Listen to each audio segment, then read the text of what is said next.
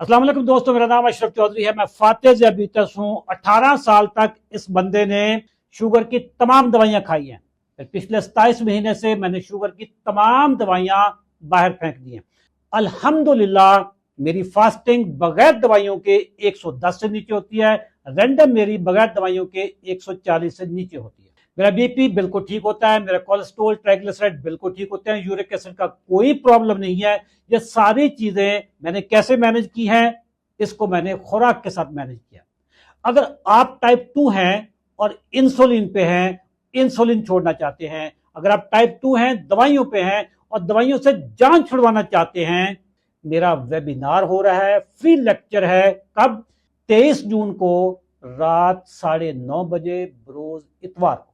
इसी वीडियो के नीचे आपको व्हाट्सएप के ग्रुप का एक लिंक मिलेगा। उस लिंक पे क्लिक करें, हमारे वेबिनार में आ जाएंगे।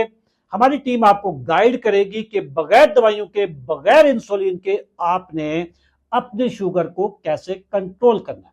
दोस्तों, पाकिस्तान में शुगर माफिया आपको दवाइयों पे लगाता है, फिर वक्त के साथ साथ वो आपकी दवाइयां बढ़ाता जाता है।